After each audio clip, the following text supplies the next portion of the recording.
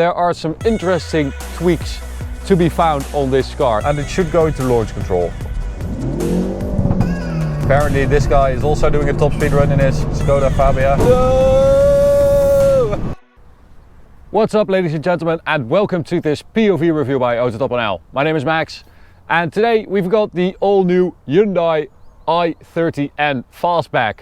And that means that we have basically the same recipe as with the previous i30N hatchback, but with a couple of tweaks. And there are some interesting tweaks to be found on this car. So today I'm going to show you all around it, of course show you that rear end, then we'll take it for a drive and take it towards the Autobahn for an Autobahn blast, because we have some more things to figure out at the Autobahn apart from the performance. You may remember from the i30N review. That's all I'm going to say. But before we begin, don't forget to subscribe and hit the notification bell to receive updates when we upload a new video, and follow us on Instagram at AutoTopNL. Okay, so today we have a performance blue i30N Fastback, which is a nice color, I would say, baby blue. We have 19-inch wheels with Pirelli P0 tires because we have the performance package, so that means that we get an upgrade from 18 to 19-inch, from Michelin tires to Pirelli P0 tires, and we get a brake upgrade as well, so it's a little bit bigger. And the rear brakes are 1 inch bigger as well. And of course, this is the most important part of the car, that rear end. And well, it's basically a liftback hatchback, I would say. But there is some interesting stuff going on here, because watch what happens if you sit down low and you squint a little bit. That looks like a C63 coupe, right? Because you have that sloping roofline and that little ducktail spoiler right there integrated into the liftback. We also have this fog light, I guess, because the reversing lights are there. Yeah, this is a fog light, which is pretty cool, integrated into the diffuser.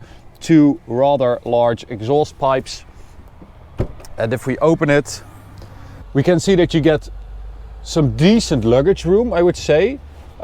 This is quite deep, and as you can see, it has this strut brace, that stiffening bar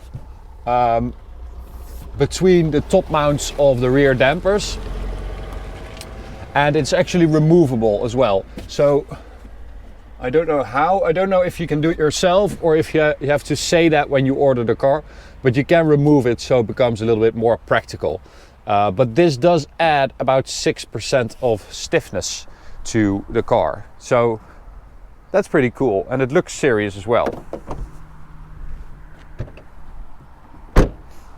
So we'll take a look at the engine. The car's beeping because I have the key in my pocket. So here we have the 2-liter GDI engine, I believe. Still weird, sounds like it's a diesel. 2-liter 4-cylinder turbo with 250 horsepower and 353 newton meters. 378 with overboost. But this has the performance package, as I said, so this one has 275 horsepower. Same amount of newton meters, 353, and that overboost lasts about 18 seconds in each gear. So basically between something like 1750 RPM and 4,500 RPM, that's when you get the overboost if you're on full throttle.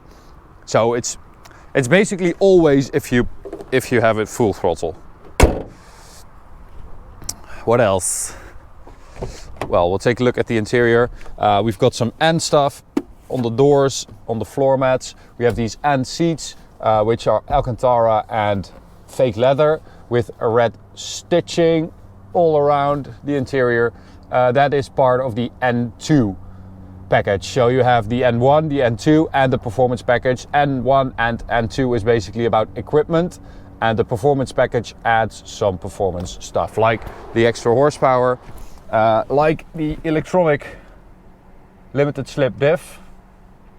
Let's see if we can get there. Where the frick? End mode. Custom. So as you can see, we have the ELSD. It's basically an electronically controlled limited slip diff, and we also have the adaptive dampers. So you actually get, I told you this in the i30N review, you get a lot of hardware in this car, and Albert Bierman, the guy from BMW M, who's responsible for the development of this car, you know, he does know how to set up a car.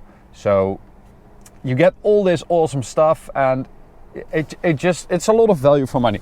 I also have to show you guys, of course, the rear leg room, rear passenger space. It is quite cramped. I can't sit upright. This seat is quite far forward, as you can see. I wouldn't be able to sit here behind myself. This is quite cramped, and the headroom is less than you would have in a hatchback. So it's pretty much less practical than the hatchback if you want to transport some people in the rear, but you do get a bigger boot, of course, and well, it's a bit more of a grown-up version of a hatchback, I think, this liftback. It's a bit like a CLA by Mercedes, or an, yeah, I guess that's the only one you could actually compare it to.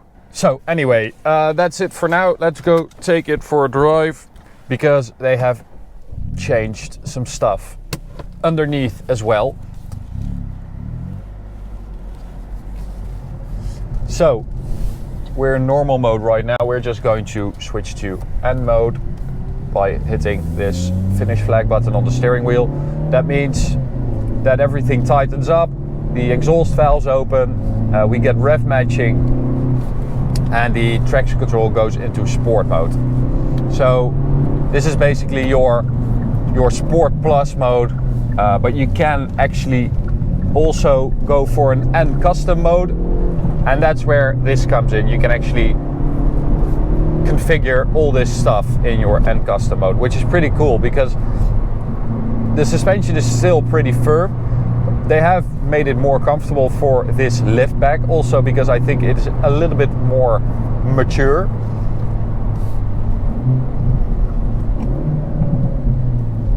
So let's try launch control. This is kind of a drag, to be honest. So you have to be in first gear, N mode, ESC and sport. So we're going to do a 0 to 100 test. I'll put the speedo on right there. This is a German B road. You can actually drive 100 kilometers an hour here. Okay, so ESC sport, N mode, foot on the clutch, first gear, full throttle, and it should go into launch control. And it doesn't. As I said, it's kind of a drag. Steering wheel has to be centered. Okay, so this is super annoying. It has a launch control that just doesn't work. Okay, we'll do it ourselves.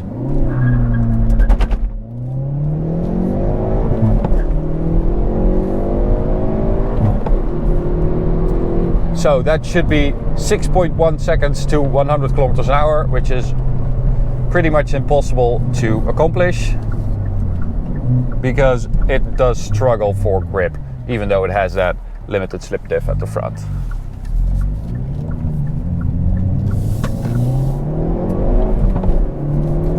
But as you've probably heard, you get some great exhaust pops and crackles. And well, it's just a very entertaining car to drive. But getting back to my story about the setup, they did change a couple of things. So the front rebound springs are a bit less firm, so it's a bit more comfortable, and it's also a bit more suitable for driving fast on roads that are not perfect, that are a little bit like this, a little bit bumpy. Because you know the wheel will stay on the ground for longer. They have also extended the bump stops. So they're a little bit longer by, I don't know, like 7 millimeters. So that also means that it's a little bit more comfortable and that you have a little bit more suspension travel. But this setup that's a little bit more comfortable than before is also going to be integrated in the regular i30N hatchback, because it's just a little bit more polished. And if you switch back to normal mode, the dampers, the suspension actually feels quite a bit softer than in N mode. So what do we have? We'll put the suspension in normal for the N custom mode. ESC, we'll put that in sport, steering normal, and this all in sport plus. Yeah. Okay, so now my N custom mode. This is basically an Autobahn setting now, with the suspension in the most comfortable setting and everything else in its most sporty setting. But driving this car, as I said in my hatchback review, probably no one was expecting it to be this good. I certainly was not expecting it, and it's just a lot of fun to drive this car every time, because they have judged this setup to perfection. It feels so lively and grippy. The gearbox is amazing. Steering feel is incredible. It has an engine mounted power steering system, which is super rare in this class. And you actually feel that, because there's a lot of feel in the steering.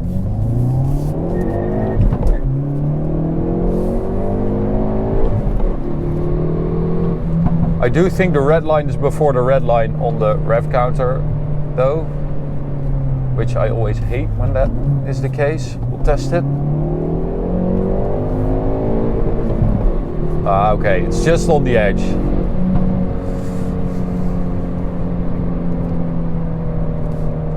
Okay, we'll get the digital speedo for the Autobahn, because we tested this car, the stock i30N, on the Autobahn, and we only managed to do 247 on the speedo, so no GPS, 247 speedo, and it's supposed to do 250 kilometers an hour, so that was a bit weird. And you may remember that we had another problem.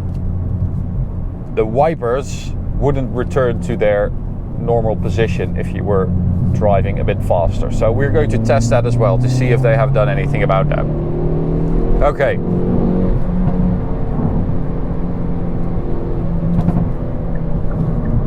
So apparently this guy is also doing a top speed run in his Skoda Fabia. 100 kilometers an hour on the left. Okay. So because this fastback is a lot more aerodynamically efficient than the hatchback, you actually notice that it struggles a bit less at higher speeds, that it's able to get to high speeds quicker and maintain them as well. You can also see that in the 0 to 100 time, because this car, the fastback, does 6.1 seconds, as I said. The hatchback does 6.2, and that's just down to aerodynamics, because this car is even a little bit heavier than the hatchback, so that's just aerodynamic drag.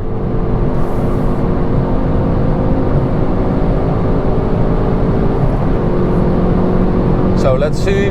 I don't remember exactly how fast we were going when the wipers stopped working, but I'm going to try at like 240, I think. Got a little bit of wind noise. Okay, wipers engaging. No!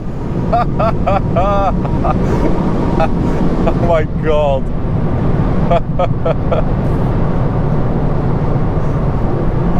Oh, poor wipers. They can't handle the speed.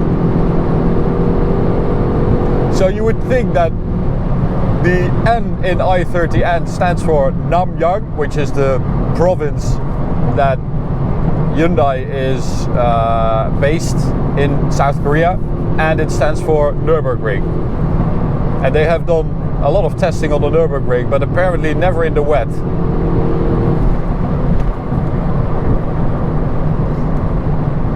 So I also want to try the regular N mode and see, yeah, you can immediately notice that suspension. It is so much stiffer. You can actually hear it from my voice a little bit because it starts trembling with the bumps.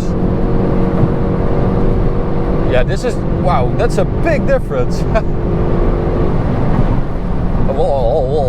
I love it when adaptive dampers do their jobs. Okay, we'll switch to N custom again, and you can feel that immediately the car levels out. It becomes so much more poised, more polished. Of course, we also did our 100 to 200 km/h measurements. So if you want to check out that video, click up here in the top right corner. We did a 16.6, which is respectable. Unfortunately, we didn't have our draggy GPS performance box when we had the regular hatchback, so we can't compare that, but I'm willing to say that this will be quite a bit quicker from 100 to 200 than the hatchback, because the way this car gets up to speed is just that much easier than with the hatchback, and it's still a lot of fun. It handles like a dream. It's fast, it feels powerful, and well, the looks, I'm not so sure about that. I would go for a hatchback personally, but I'm curious to see what you guys think. So vote up here. Would you go for the hatchback or the fastback? Let me know, I'm curious. Okay, so that's it for this review, guys. That's the border, so we are going to behave now. Thank you so much for watching. You can subscribe by clicking the big button in the middle. You can also check out this video or go check out this playlist. See you at the next one. Bye.